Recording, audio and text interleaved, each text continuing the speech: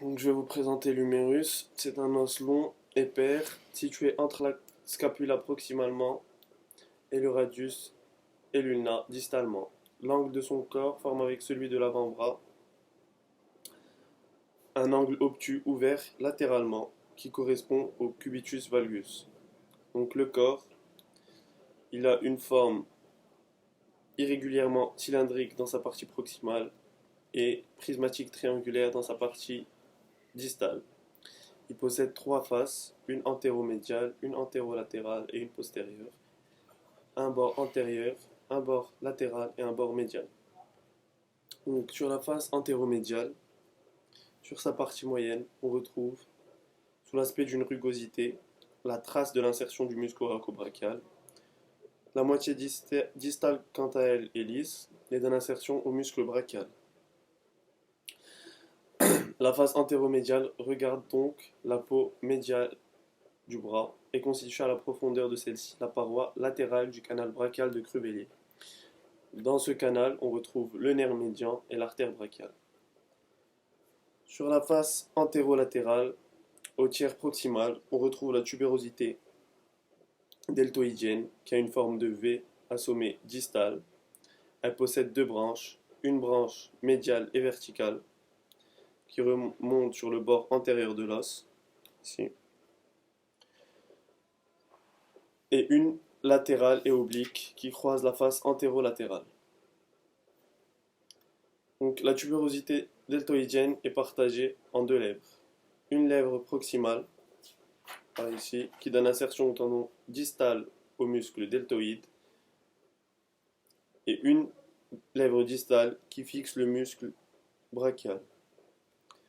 En bas, la face est couverte par les fibres du muscle brachial. En haut, cette face est séparée de la face profonde du muscle deltoïde par un interstice cellulo-graisseux.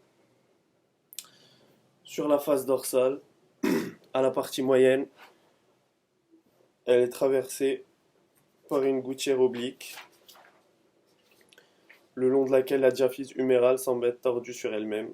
C'est le sillon du nerf radial. Donc le sillon du nerf radial loge le nerf radial et les vaisseaux profonds du bras. Ce sillon divise la face postérieure en deux portions. Donc les deux portions, il y a une portion proximale qui donne insertion du chef latéral du muscle du muscle triceps brachial et une distale qui donne le chef médial du muscle triceps brachial. La torsion apparente qu'elle présente explique mécaniquement la fragilité qui affecte le corps de l'humérus chez le jeune adulte. Les fractures diaphysaires qui surviennent exposent les patients aux lésions du nerf radial et du vaisseau profond du bras. Ça cause une paralysie étendue des extenseurs, une insensibilité dorsale de l'avant-bras et la moitié latérale de la main. Donc, sur le bord antérieur, donc par ici, celui-ci est saillant. Au tiers proximal, on retrouve la lèvre latérale du sillon intertuberculaire. Sur la partie moyenne, on a la branche antérieure de la tubérosité deltoïdienne. Et sur la partie distale, elle intercepte la fosse coronoïde. On retrouve ici. Elle est enfouie sous les masses musculaires de la loge antérieure, couvert en haut par le muscle deltoïde et le chef long du biceps brachial, et couvert en bas par le biceps brachial et le muscle brachial, entre lesquels chemine le muscle musculo-cutané. Donc, sur le bord médial, par ici, on a sur le tiers supérieur qui est mousse, puis descend et devient tranchant. Ce bord médial donne attache au septum intermusculaire médial du bras. À la face antérieure du septum, on retrouve le nerf médian et les vaisseaux brachiaux. Dans l'épaisseur du septum, on retrouve les vaisseaux collatéraux ulnaires. Et derrière le septum, on a le segment brachial du nerf ulnaire. Sur le bord latéral, donc on retrouve la moitié supérieure qui est mousse. Donc, Donc la moitié supérieure, qui est mousse, est recouverte par le deltoïde, puis devient tranchant dans la moitié inférieure, sous la branche latérale de la tubérosité deltoïdienne. Elle donne attache au septum intermusculaire latéral du bras. Le septum contient les vaisseaux collatéraux radio-postérieurs et nerfs cutanés postérieurs de l'avant-bras. Au devant du septum, il donne attache aux fibres d'origine du muscle brachio-radial et les fibres d'origine du muscle long extenseur radial du carpe. Sous ces masses musculaires, au côté antérieur du septum, cheminent le nerf radial et les vaisseaux collatéraux radio-antérieurs. Sur l'extrémité proximale, on a trois reliefs. La tête de l'humérus, surface articulaire lisse, le tubercule mineur, saillie antérieure réduite, et le tubercule majeur, saillie latérale volumineuse.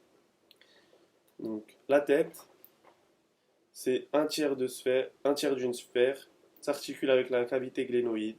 Son axe forme avec celui du corps un angle d'inclinaison de 135 degrés. On retrouve le col anatomique, qui est ici, plus ou moins rétréci, qui limite le pourtour de la tête. Il donne insertion à la capsule articulaire de l'épaule, renversée en avant par les ligaments gléno-huméraux. Il a un rapport antérieur qui correspond au muscle subscapulaire. En arrière, sur le versant postérieur, la tête est croisée par les tendons des muscles supra- et infraépineux et le petit rond. En haut, le col regarde l'acromion, mais séparé de celui-ci par le ligament coraco-acromial, ainsi qu'une bourse séreuse, le ligament coraco-huméral et la portion intra-articulaire du tendon du chef long du biceps brachial. En bas, la tête repose sur la sangle fibreuse du ligament gléno-huméral inférieur. Le col chirurgical qui correspond au segment qui unit le corps de l'humérus à l'extrémité proximale. Donc, il est contourné en arrière par le nerf axillaire et encerclé par les vaisseaux circonflexes antérieurs et postérieurs. Il représente un point de faiblesse pour le vieillard ostéoporotique où se fracture l'extrémité proximale de l'os. Et ces rapports vasculo-nerveux expliquent la symptomologie, l'insensibilité du moignon de l'épaule, la paralysie de l'abducteur par lésion, de l'abduction par lésion du nerf axillaire, échymose axillaire de Henka-Valentin en cas de rupture du cercle artériel périhuméral. Le tubercule mineur, ou troquin, qui est en avant de l'extrémité latérale du col anatomique. Sur sa face antérieure, on a l'insertion du tendon du muscle subscapulaire. Sur le sommet se fixe le faisceau inférieur du ligament gléno-huméral supérieur et sur la base, on a la terminaison du ligament gléno-huméral moyen. Le tubercule majeur, qui est au côté latéral de la tête, présente en haut et en arrière trois facettes. On a la facette supérieure qui fixe, donc la facette supérieure qui fixe le muscle supraépineux, la facette intermédiaire, donc la facette supérieure est ici, la facette intermédiaire par ici, qui donne insertion au muscle infraépineux, et la facette inférieure qui donne insertion au muscle petit rond. On retrouve une bourse séreuse à la surface de l'os, qui correspond à la bourse séreuse de la coiffe des rotateurs. Sur le sommet, il donne attache au ligament coraco-huméral et au faisceau supérieur du ligament gléno-huméral supérieur. Entre les deux tubercules, on retrouve une gouttière longitudinale qui correspond au sillon intertuberculaire. Le sillon possède deux lèvres et un fond. Donc, sur la lèvre latérale se détache du tubercule majeur, rejoint en bas la branche médiale de la tubérosité deltoïdienne. Il reçoit le tendon du muscle grand pectoral. La lèvre médiale quitte le tubercule mineur et donne attache au muscle grand rond. Le fond, quant à lui, fixe le muscle grand dorsal. Il glisse encore le tendon du chef long du biceps brachial avec sa gaine synoviale. À l'extrémité distale, on a une surface articulaire divisée en deux portions par une rainure longitudinale. Donc, la portion latérale, qui a une forme hémisphérique, qui correspond au capitatum de l'humérus, s'articule avec la surface articulaire proximale de la tête du radius, et forme ainsi le secteur latéral condylien de l'articulation du coude. La portion médiale, qui a une forme de poulie, correspond à la trochlée. Elle s'articule avec l'incisure trochléaire de l'ulna. Elle a une surface articulaire convexe dans le sens dorsopalmaire et concave dans le sens transverse. La surface articulaire présente deux versants, un versant médial et un latéral séparé par une gorge. Le versant médial, large et plus étendu, est plus incliné que le latéral. La gorge est strictement sagittale en avant, mais en contournant le bord inférieur de la trochlée, elle s'infléchit en haut et médialement, pour devenir oblique sur le versant dorsal. Il donne l'inclinaison de l'articulation articulaire, le cubitus valgus en extension. Sur l'épicondyle latéral, on a l'insertion du ligament collatéral radial de l'articulation du coude et à 6 muscles de l'avant-bras. On a le muscle court extenseur radial du carpe, le supinateur de la loge radiale, le muscle extenseur commun des doigts, extenseur de l'auriculaire, l'extenseur ulnaire du carpe et l'enconé. La concentration des insertions tendineuses des muscles externes de cette surface osseuse explique qu'en clinique, cette région est le siège des tendinites inflammatoires. En avant, l'épicondyle est croisé par le nerf radial qui chemine à la profondeur des muscles de la loge radiale, plus les vaisseaux collatéraux radio-antérieurs. L'épicondyle médial, quant à lui, est plus développé et saillant que l'épicondyle latéral. Il surmonte la trochlée, donne attache au ligament collatéral ulnaire de l'articulation du coude, plus les 5 muscles de la loge palmaire de l'avant-bras qui s'insèrent au versant antérieur de l'épicondyle. On retrouve le muscle rond pronateur, le fléchisseur radial et ulnaire du carpe, le long palmaire, le chef huméral du fléchisseur superficiel des doigts.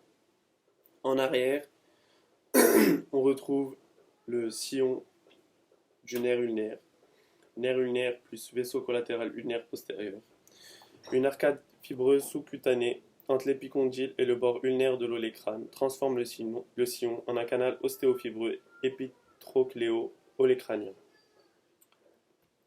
Sur la face palmaire, on retrouve deux dépressions.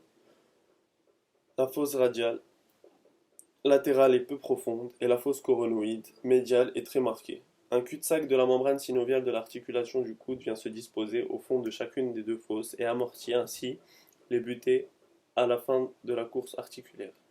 Sur la face dorsale, on retrouve la fosse olécrânienne, où s'engage le bec de l'olécrâne dans l'extension de l'avant-bras sur le bras, tapissé par un cul-de-sac synovial aussi. Le fond de cette fosse répond en avant à celui de la fosse coronoïde, et donc l'humérus est peu résistant à ce niveau, et en particulier chez l'enfant, où la région métaphysaire est incomplètement ossifiée. Cela cause des fractures supracondyliennes prédisposant à la lésion du nerf radial et du nerf ulnaire. Quant à la vascularisation de l'humérus, on retrouve la vascularisation de la diaphyse, qui est assurée par l'artère nourricière, issue de l'artère brachiale, qui pénètre l'os sur sa face antéromédiale, par ici, juste au-dessus de la surface d'insertion du muscle coraco-brachial. La branche périostée des vaisseaux collatéraux radio et ulnaires. Sur l'extrémité supérieure, la vascularisation est assurée par le cercle artériel des vaisseaux circonflexes huméraux, issus de l'artère axillaire, et l'extrémité inférieure est vascularisée par les réseaux périarticulaires du coude.